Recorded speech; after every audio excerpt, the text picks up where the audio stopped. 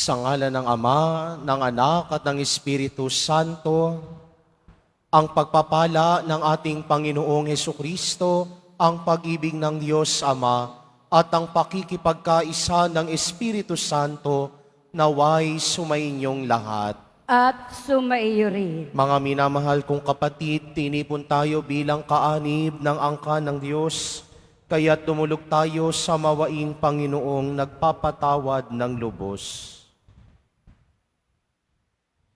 Sinugong tagapagpagaling sa mga nagsisisi, Panginoon, kaawaan mo kami. Panginoon, kaawaan mo kami. Dumating na tagapag-anyayay mga makasalanay magsisi, Kristo, kaawaan mo kami. Kristo, kaawaan mo kami. Nakaluklok ka sa kanan ng Diyos Ama para ipamagitan kami.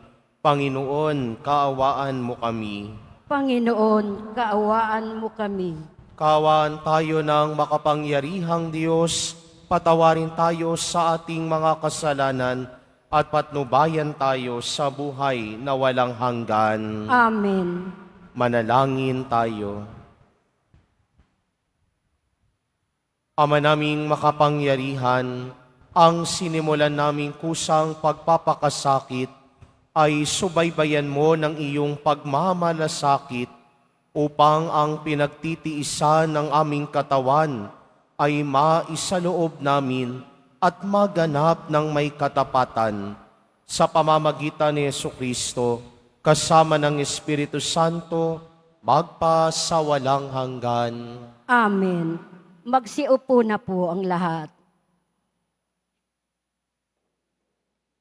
Pagbasa mula sa aklat ni Propeta Isaías.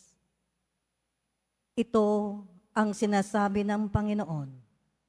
Ikaw ay sumigbaw ng lubos lakas.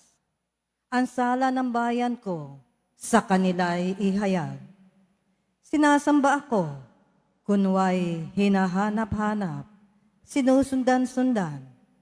Parang natutuwang ang kalooban ko'y kanilang malaman.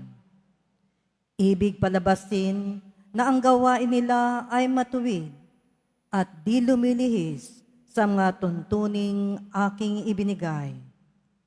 Wari natutuwang sa aking sumamba at ang hinihingi hatol na matuwid. Ang tanong ng mga tao, bakit ang pag-aayuno natin di pansin ng Panginoon? Nagugutom lang tayo, ngunit walang kabuluhan. Ang sagot ng Panginoon, pansariling kapakanan pa rin ang pangunahin layunin sa pag-aayuno. Habang ang nag-aayuno'y patuloy na inaapi ang mahihirap, ang pag-aayuno'y ninyo'y humahantong lamang sa alitan, hanggang kayo-kayo'y nag-aaway-away. Kung ang pag-aayunong ginagawa ninyo ay gayon din lamang, ang inyong pagtawag ay tiyak na hindi ko pakikinggan. Sa inyong pag-aayuno, pinahihirapan ninyo ang inyong sarili. Yumuyuko kayong parang damong hinihipan ng hangin. Nagdaramit kayo ng sako at nahihiga sa abo. Pag-aayuno na ba iyan? Akala ba ninyo'y nasisiyan ako riyan? Ito ang gusto kong gawin ninyo. Tigilan na ninyo ang pang-aalipin. Sa halip ay pairalin ang katarungan. Ang mga api, palayain ninyo at tulungan. Ang mga nagugutom ay inyong pakanin. Patuloyin sa inyong tahanan ang walang tirahan. Yaong mga tao na halos subad na ay inyong paramtan. Ang inyong pagtulong sa mga kasama ay huwag tatalikdan. At kung magkagayon, matutulad kayo sa bukang liwayway, hindi maglalaot, gagaling ang iyong sugat at katawan. Ako'y laging sa inyo. Ililigtas kayo at iingatan kahit saang lugar. Sa araw na iyon, Diringgin ng Panginoon ang dalangin ninyo. Pag kayo'y tumawag, ako'y tutugon agad.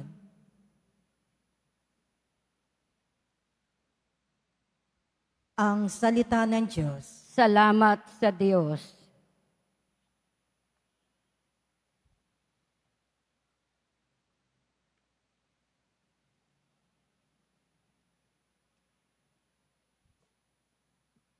Diyos ko, iyong tinatanggap, pakumbaba't pusong tapat.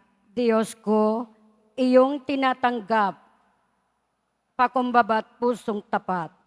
Ako'y kaawaan, o mahal kong Diyos, sang-ayon sa iyong kagandahang loob. Mga kasalanan ko'y iyong pawiin, ayon din sa iyong pag-ibig sa akin. Hugasan mo sana ang aking karumahan, dalisayin mo ang aking kasalanan. Diyos ko, iyong tinatanggap, pakumbaba't pusong tapat. Ang pagsalangsang ko ay kinikilala, laging nasa isip ko at alaala. Sa iyo lang ako nagkasalang tunay, ang nagawa ko'y di mo nagustuhan. Diyos ko, iyong tinatanggap, pakumbaba't pusong tapat. Hindi mo nanais ang mga panghandog, sa haing sinunog, di ka nalulugod. Ang handog ko, o Diyos, na karapat-dapat, ay ang pakumbaba't pusong mapagtapat. Diyos ko, iyong tinatanggap, pakumbaba't pusong tapat. Magsitayo na po ang lahat.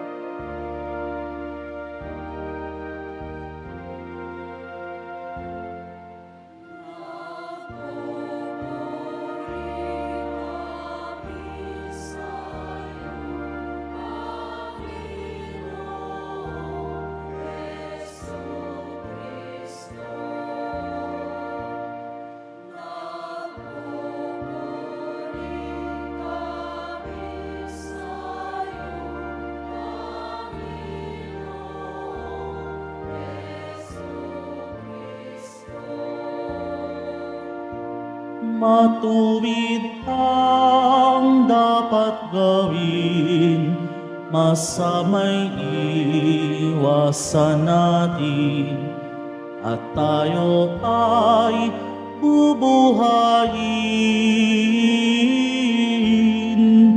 Ang Diyos ay sa atin, atin siyang makakapiling.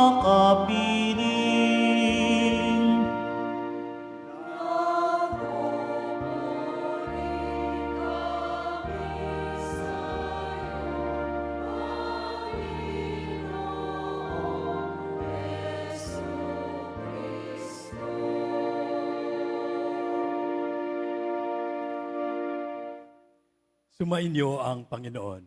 At sumaiyo rin. Ang mabuting balita ng Panginoon ayon kay San Mateo. Papuri sa iyo, Panginoon. Noong panahong iyon, lumapit kay Jesus ang mga alagad ni Juan Bautista at ang wika. Malimit kaming mag-ayuno, gayon din ang mga Pariseo. Bakit po hindi nag-aayuno ang inyong mga alagad? Sumagot siya, maari bang magdalamhati ang mga panauhin sa kasalan habang kasama nila ang lalaking ikinasal? Kapag wala na siya, saka pa lamang sila mag-aayuno. Ang mabuting balita ng Panginoon. Pinupuri ka namin, Panginoong Heso Kristo. Magsiupo na po ang lahat.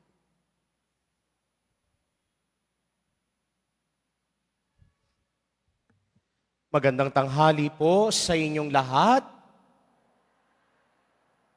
Maligayang pagdating muli sa pambansang dambana at Basilika Menor ng Poong Jesus Nazareno. Ngayon ho ay ang unang Biyernes sa buwan ng Marso, unang Biyernes sa panahon ng Kwaresma, araw din ng ating pamimintuho at pagdedebosyon sa ating pinakamamahal na Poong Jesus Nazareno. Noong Miyerkules ng Abo, pinaalalahanan tayo ng pagdiriwang habang nilalagay sa ating abo ang tatlong elemento at ehersisyo na dapat nating isaalang-alang ngayong panahon ng Kwaresma. Una, pananalangin. Pangalawa, pag-aayuno. Pangatlo, pagkakawanggawa. At kahapon sa Ebanghelyo, sinabi ni Jesus ang pamantayan at batayan ng pagiging disipulo.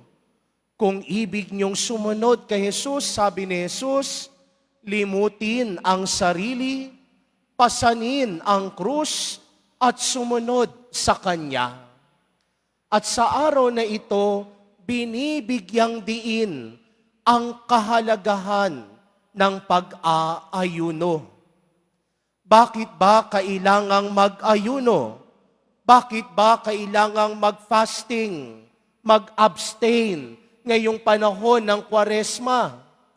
Dahil sa pag-aayuno, tinuturuan at hinuhubog natin ang ating puso at kamalayan na maging sensitibo sa pangangailangan ng kapwa.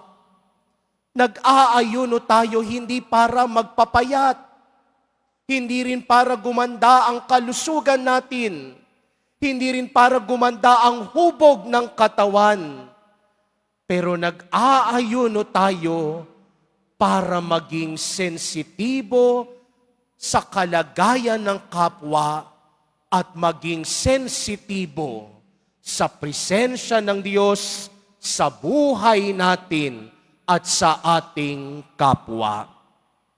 Sa unang pagbasa, narinig natin, sinabi ng Panginoon kay Propeta Isaías, kung ang pag-aayunong ginagawa ninyo ay humahantong lamang sa alitan, sa pag-aaway-away, at sa pang-aapi sa mga mahihirap, hindi yun totoong pag-aayuno.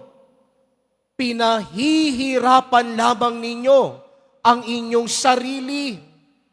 Pero ano ang nais ng Panginoon? Ano ang pag-aayunong kalugod-lugod sa mata ng Panginoon? Sabi niya, ang pag-aayuno na kalugod-lugod sa Panginoon ay ito, pagpapairal ng katarungan, pagpapalaya at pagtulong sa mga inaapi, pagpapakain sa mga nagugutom, pagpapatuloy sa mga walang matirahan, at pagdadamit sa mga taong halos hubad. Ang tawag natin doon, corporal works of mercy. Pagpapakain sa mga nagugutom, pagpapainom sa mga nauuhaw, pagbisita sa mga nasa bilangguan at sa mga nasa banig ng karamdaman, at sa pagkalinga at pagdadamit sa mga taong walang maayos na kasuotan. Ibig sabihin, kalakip dapat ng pag-aayuno ang pananalangin at pagkakawanggawa. Ang pag-aayuno kaalinsabay lagi ng pagkakawanggawa sa kapwa. Kaya nga hindi sapat na nagtitiis lang tayo sa gutom. Hindi sapat na nag-aayuno lamang tayo sa mga masasarap at paborito nating pagkain. Dapat sa mga bagay na pinagtitiisan natin, ibinibigay natin ang ka-equivalent nitong salapi, o dami sa mga taong walang-wala. Kaya nga siguro ngayong panahon ng Kwaresma, yung mga bagay na ipangbibili nyo na lang sana ng masasarap na pagkain, o yung ipangbibili nyo ng kape sa paborito nyong kapihan, o yung mga ia-add to cart ninyong Shopee at Lazada, sa halip na ipabili sa sarili, ibigay sa kapwa, ibigay sa simbahan, ibigay sa mga duka, ibigay sa mga nangangailangan. Dahil magkakaroon lamang ng saysay at lalim ang pag-aayuno natin kung ibinibigay natin ito sa mga taong walang-wala. Pero ang pag-aayuno, hindi lamang pumapatungkol sa pagtitiis sa makakain, sa pagtitiis sa maiinom. Pero ang pag-aayuno ay pumapatungkol din sa mga taong hindi natin mapatawad. Siguro ngayong panahon ng Kwaresma, sino-sino kaya yung mga taong nahihirapan kang patawarin? Mag-ayuno ka sa sarili mo. Tama na ang pagpapahirap sa sarili at sa kapwa. Baka ngayon ang panahon para patawarin na ang taong yaon. Mag-ayuno ka sa pagiging makasarili. Dahil ang totoong pag-aayuno ay yaong lumilimot sa sarili para sa kapakanan ng kapwa. Kaya nga sabi ni Jesus, gusto mong sumunod sa akin, unang-una niyang sinabi, limutin ang sarili. Kalimutan ang sariling pangangailangan para maibigay ang pangangailangan ng kapwa. Minsan, yung mga taong mas nangangailangan ay yung mga taong itinuturing nating kapamilya, mga kasama natin sa bahay, mga itinuturing nating kadugo. Minsan, hindi natin kailangan lumayo, lumabas ng tahanan, pumunta sa isang lugar para magkawang gawa. Minsan, nasa tabi mo na at kasama mo na sa bahay. Naghihintay lang mapakinggan, naghihintay lang para mapagkawang gawa mo. Kaya mga minamahal kong kapatid, sa panahon ng Kwaresma, yan sana ang mapagsumikapan nating mapagpaibayo sa ating mga sarili. Kung nais natin talagang sumunod kay Jesus sa krus, pues kalimutan ng sarili. Dahil ang pag-aayuno ay paghuhubog din ng puso para maging sensitibo sa kapakanan ng kapwa. At nang sa ganon, maging sensitibo rin tayo sa presensya ng Diyos sa ating buhay. Magsitayo na po ang lahat.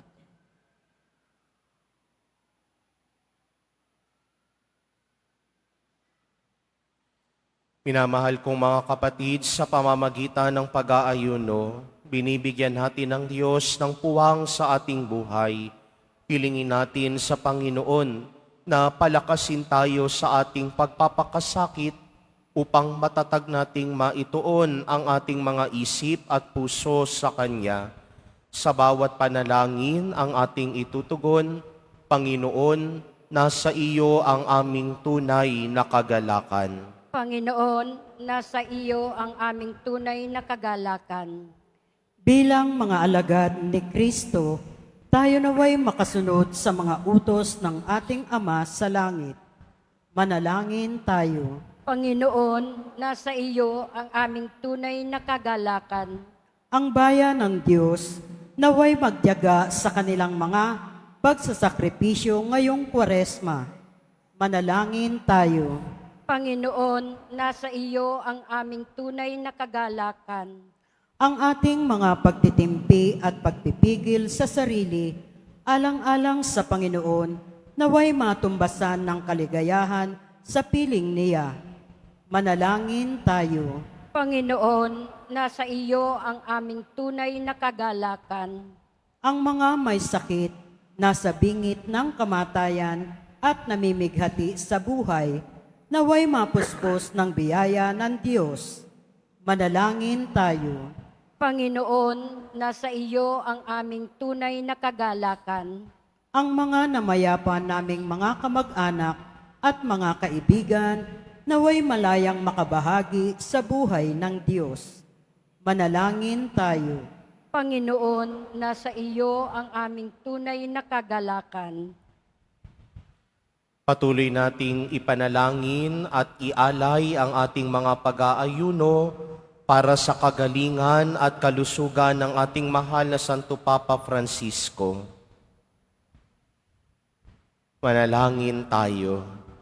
Panginoon, nasa iyo ang aming tunay na kagalakan. Ama naming nasa langit, ipagkaloob mo sa amin ang lakas upang mailaan namin ang mga sarili na mamuhay ayon sa Espiritong nananahan sa amin, na siyang lulupig sa aming mga kahinaan, upang lubos kaming makabahagi sa muling pagkabuhay ng aming Panginoong Hesukristo. Amen.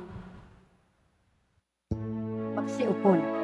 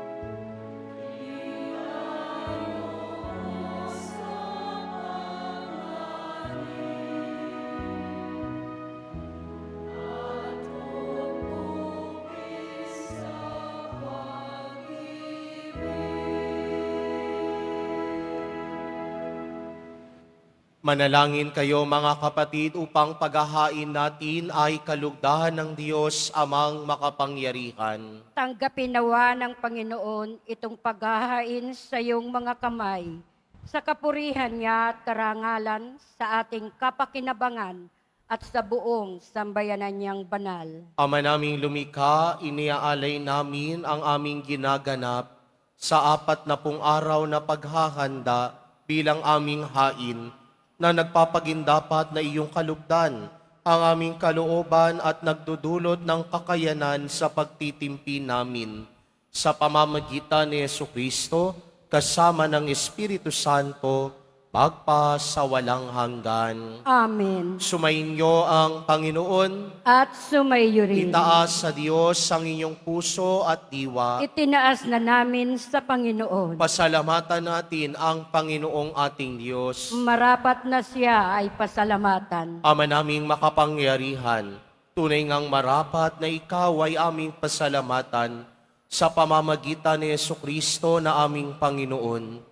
Binibigyan mo kami ng bagong pagkakataon upang ganapin ang paghahanda ngayon para sa pagdiriwang ng muling pagkabuhay kay isa ng iyong anak na minamahal. Aming inilalaan ang panahon, talino at yaman para ganapin ang iyong kalooban ng kapwa-tao ay lubos na damayan. Sa pagdiriwang namin sa aming pagsilang bilang mga kaanib ng iyong sambayanan, kami ay iyong pinagkakamit ng katayuang ganap sa pagtatangkilik. Kaya kaisa ng mga anghel na nagsisiawit ng papuri sa iyo nang walang humpay sa kalangitan, kami nagbubunyi sa iyong kadakilaan.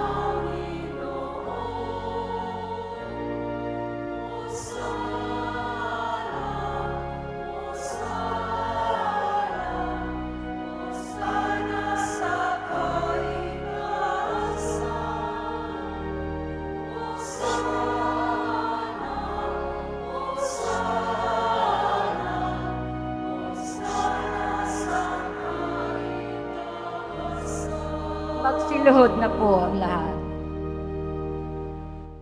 Ama naming banal, ikaw ang bukal ng tanang kabanalan. Kaya't sa pamamagitan ng iyong Espiritu, gawin mong banal ang mga kaloob na ito upang para sa amin maging katawan at dugo ng aming Panginoong Heso Kristo. Bago niya pinagtiis ang kusang loob na maging handog, hinawakan niya ang tinapay, pinasalamatan kaniya, pinaghati-hati niya iyon, iniabot sa kanyang mga alagad at sinabi, "Tanggapin ninyong lahat ito at kanin, ito ang aking katawan na ihahandog para sa inyo."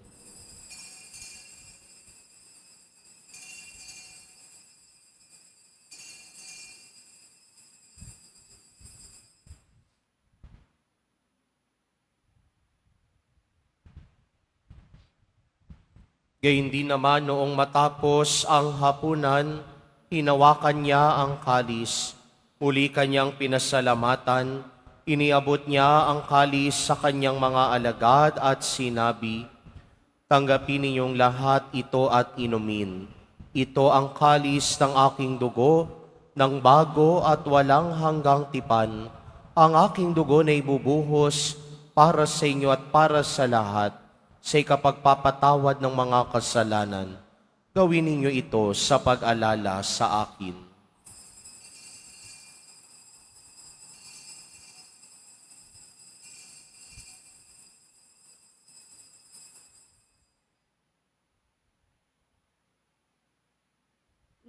Magsitayo na po ang lahat. Ipagbunyi natin ang misteryo ng pananampalataya. Si Kristo'y namatay, si Kristo'y nabuhay, si Kristo'y babalik sa wakas ng panahon. Ama, ginagawa namin ngayon ang pag-alala sa pagkamatay at muling pagkabuhay ng iyong anak, kaya't iniaalay namin sa iyo ang tinapay na nagbibigay buhay at ang kalis na nagkakaloob ng kaligtasan. Kami nagpapasalamat dahil kami iyong minarapat na tumayo sa harap mo para maglingkod sa iyo. Isinasamo namin kaming magsasalo-salo sa katawan at dugo ni Kristo ay mabuklod sa pagkakaisa sa pamamagitan ng Espiritu Santo. Ama, lingapin mo ang iyong simbahang laganap sa buong daigdig. Puspusin mo kami sa pag-ibig, kaisa ni Francisco na aming Papa, at ni Jose na aming obispo at ng tanang kaparian. Alalahanin mo rin ang mga kapatid naming nahimlay na may pag-asang sila'y muling mabubuhay, gayon din ang lahat ng mga pumanaw.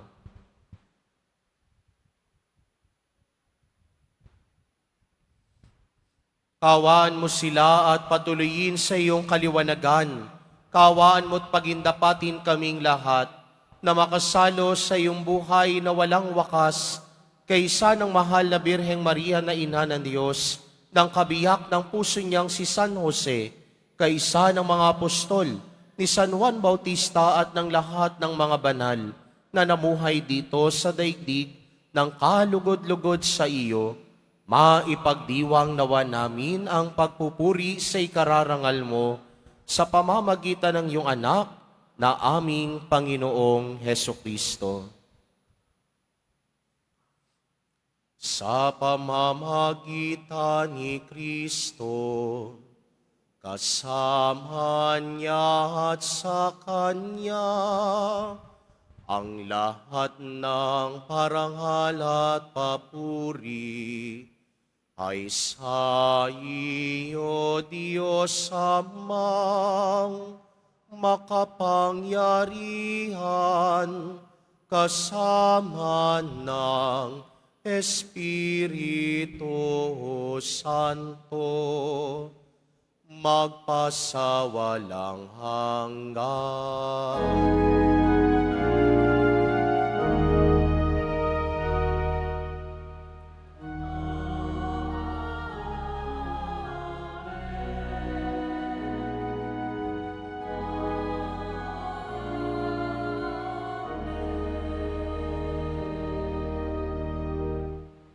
Sa tagubili naman nakagagaling na utos at turo ni Jesus na Panginoon natin at Diyos, ipahayag natin ng lakas loob.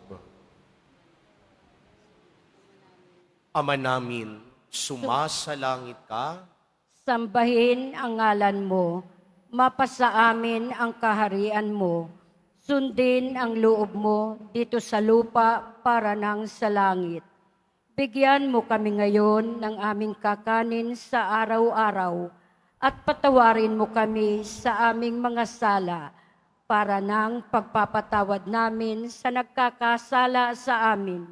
At huwag mo kaming ipahintulot sa tukso at iadya mo kami sa lahat ng masama. Piniling namin kaming iadya sa lahat ng masama, pagkalooban ng kapayapaan araw-araw, iligtas sa kasalanan at ilayo sa lahat ng kapahamakan. Samantalang aming pinananabikan ang dakilang araw ng pagpapahayag ng tagapagligtas naming si Jesucristo. Sapagkat iyo ang kaharian at ang kapangyarihan at ang kapurihan, magpakailanman. Amen. Panginoong Jesucristo, sinabi mo sa iyong mga apostol, kapayapaan ang iniiwan ko sa inyo, ang aking kapayapaan ang ibinibigay ko sa inyo. Tunghayan mo ang aming pananampalataya at huwag ang aming pagkakasala. Pagkalooban mo kami ng kapayapaan at pagkakaisa ayon sa iyong kalooban, kasama ng Espiritu Santo, magpasawalang hanggan. Amen. Ang kapayapaan ng Panginoon ay laging sumainyo. At sumaiyo rin. Magbigayan kayo ng kapayapaan sa isa't isa.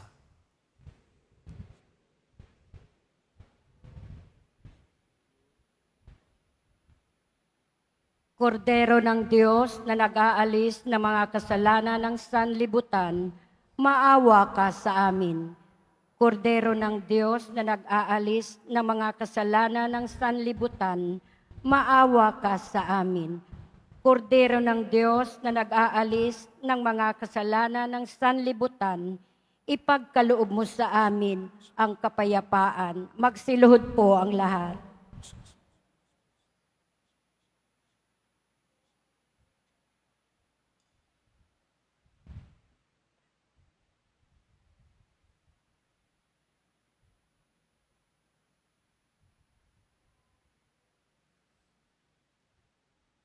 Ito si Jesus, ang Kordero ng Diyos, na nag-aalis ng mga kasalanan ng sanlibutan.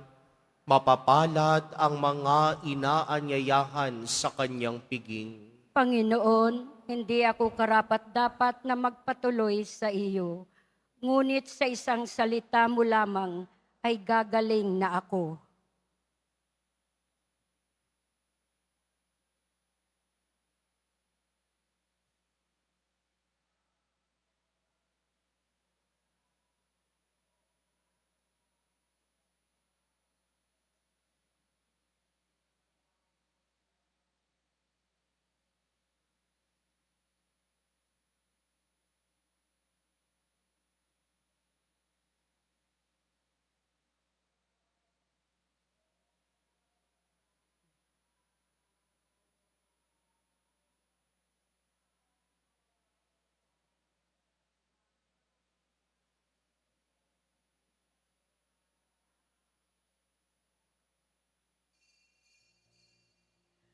Para sa lahat ng tatanggap ng banal na komunyon, sasagot po tayo ng amen pagkasabi ng pari o ng lay minister ng katawan ni Kristo at isubo agad sa bibig bago umalis sa harapan ng pari o lay minister. Sumunod po tayo.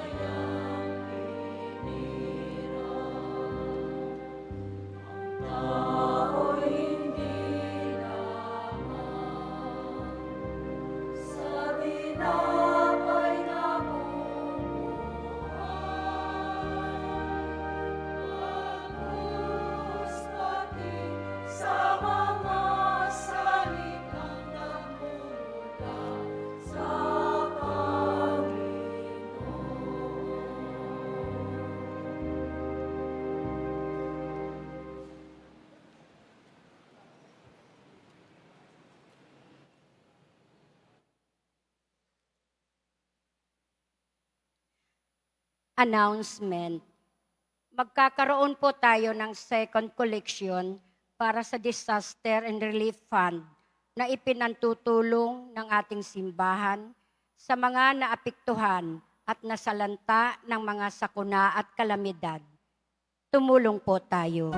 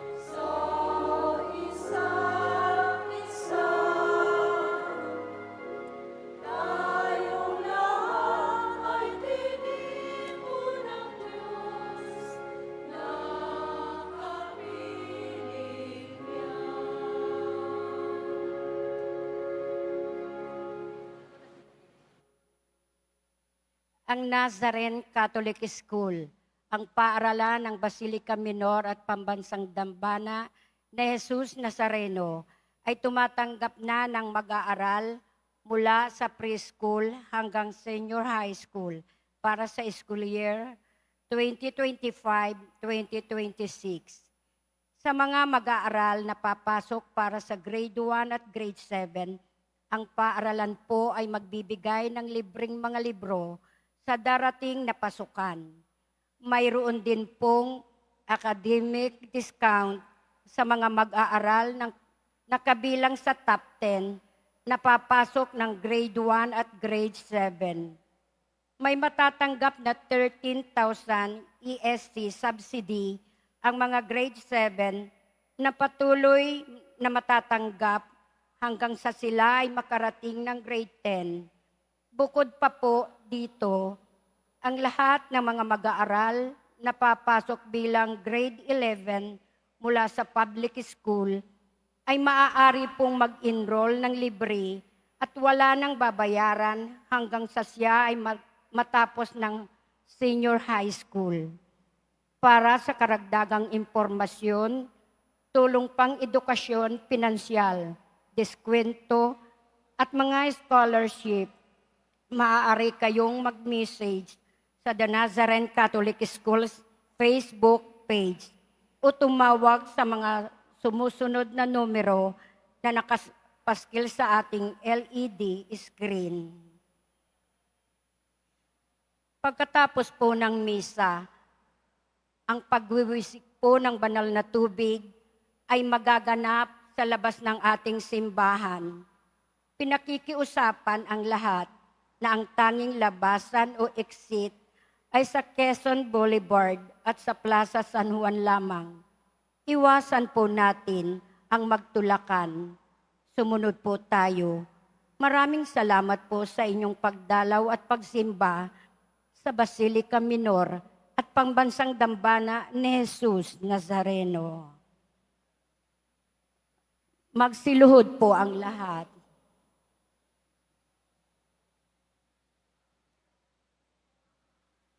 Mahal na poong Jesus Nazareno, banal ang iyong pangalan, dinadakila at pinasasapalamatan ka namin. Nagpakababa ka at sumunod sa kalooban ng Ama. Pinasan mo ang krus at nag-alay ng buhay para sa aming kaligtasan. Tanggapin mo ang aming dasal at sakripisyo. Itulot mo na kaming sumasamo ng buong katapatan at pagmamahal, magbahagi ng mabuting balita, magsisi at itakwil ang kasalanan at masama, at maghatid ng awa at kapayapaan sa aming kapwa. Ipinagkakatiwala namin sa iyo ang lahat-lahat sa amin. Ipinapanalangin namin ang mga nangangailangan ng iyong tulong. Ipinapaubaya namin sa iyo ang aming mga kahilingan.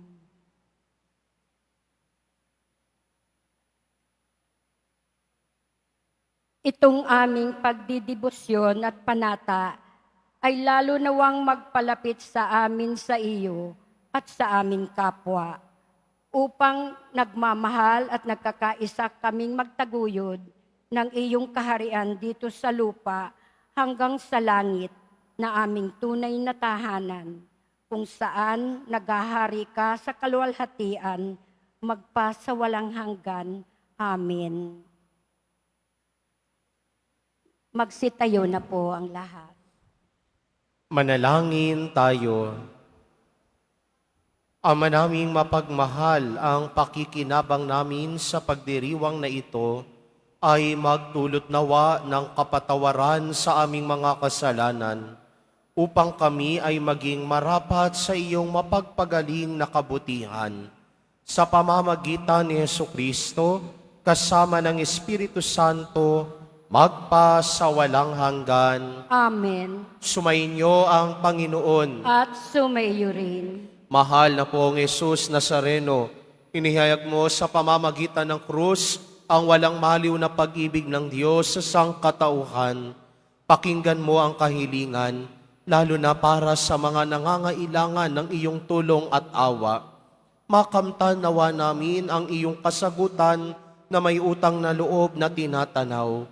Basbasan din po ninyo itong mga imahen at dasalan upang lalo kaming manalangin at magtiwala.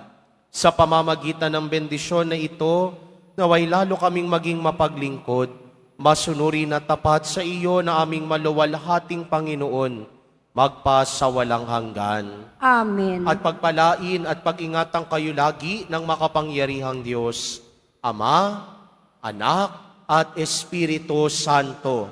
Amen. Naialay na ang banal na misa, humayo kayong taglay ang pag-ibig at ang kapayapaan ng poong Jesus Nazareno. Salamat sa Diyos.